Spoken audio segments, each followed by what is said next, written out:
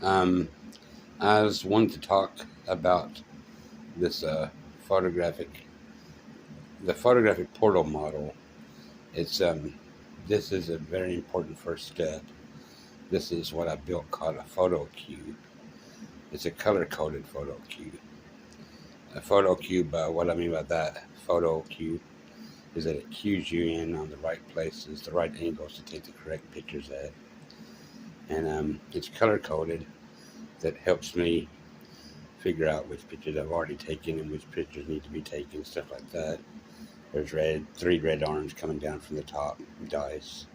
What I used to put them together. A sinusoidal sort of blue arm, then a sinusoidal sort of yellow arm, and then three green arms coming up from the bottom dice. Die. All of these are dice. A single one of these are a die. What I've done, I'll go into what I did today. I've marked out the dice coordinates. It's a novel approach I used to help determine where the photographs are supposed to be at when the photographs are taken and applied to the photographic portal model, which needs some work on it. For one thing, I marked out the numbers. There's 3 on this side, and let me see, laser. Well, I marked out the 3 on this side, 3 because there's 3, 3, 3, 3. So it goes up at this angle to that 3 up there at the top. This just helps me to know where they're placed at in position relative to the room. Then there's a 2. No, well, that 2 would go down here, and I can't mark it out on the floor. But on this other side, they're all 5s. And so using a laser pointer, marked it up somewhere up there, right there. You can see if this light's on. Right there, you can see a 5. And then right here's 1s. 1, 1, 1, 1, 1. And with a laser pointer, marked it up here. And that's a 1. You can see it. There's a 1 there. Then on the back end, you can't see it. I'm trying to get down there. Is the 4s on the dice. So I wrote 4 down there, right there.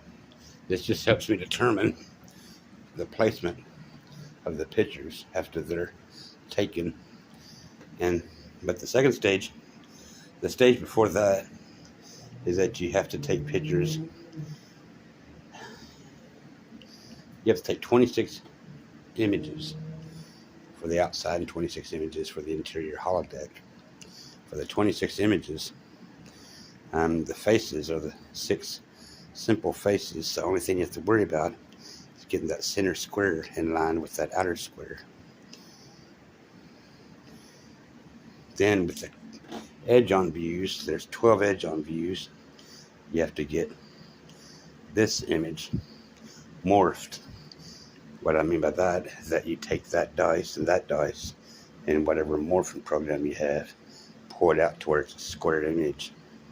So it morphs it because it negates the foreshortening. When it's applied here, it appears normal again.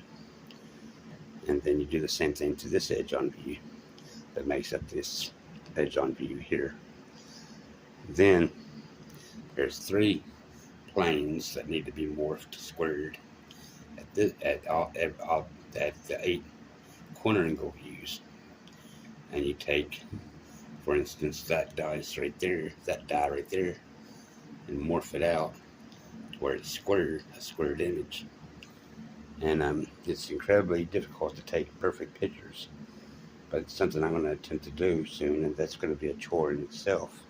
But after those pictures are taken, they're going to be permanently there, because they're going to be needed to blend into this background here of the riverfront, Orange Grove's downtown riverfront, and even the wrinkled parts. It'll blend in.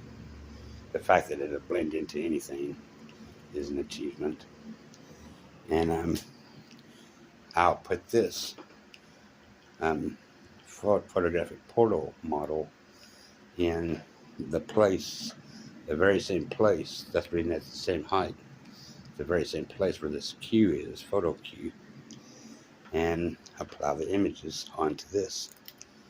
And there's 54 images, I believe. 6 face views,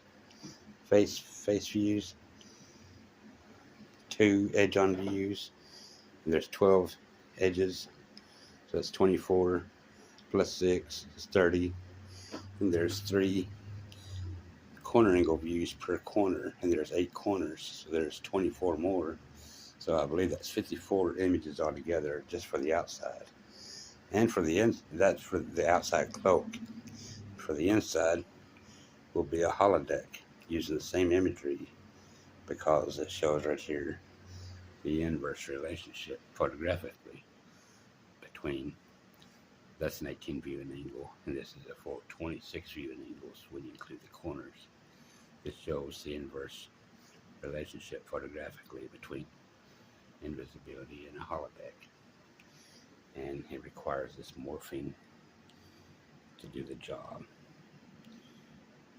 And lastly, this is the hologram test piece, photographic hologram test piece, that would be the volumetric interior of the backdrop holodeck. And it could be any sort of item. It could be a star, ornament star, it could be a dog toy, it could be a toy soldier parachuting down or something. It could be anything. And but once this effect is achieved, it would be on the inside in here, and it would appear to float inside the interior. And the greater the resolution, the more seamless the result. So those are the things I've been doing with this photographic portal model so far. And well, I guess that's it. I guess I'll call this my theory of the intersection of a visual reality or something like that. Well,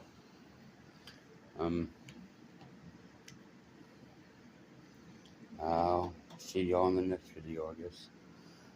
Bye.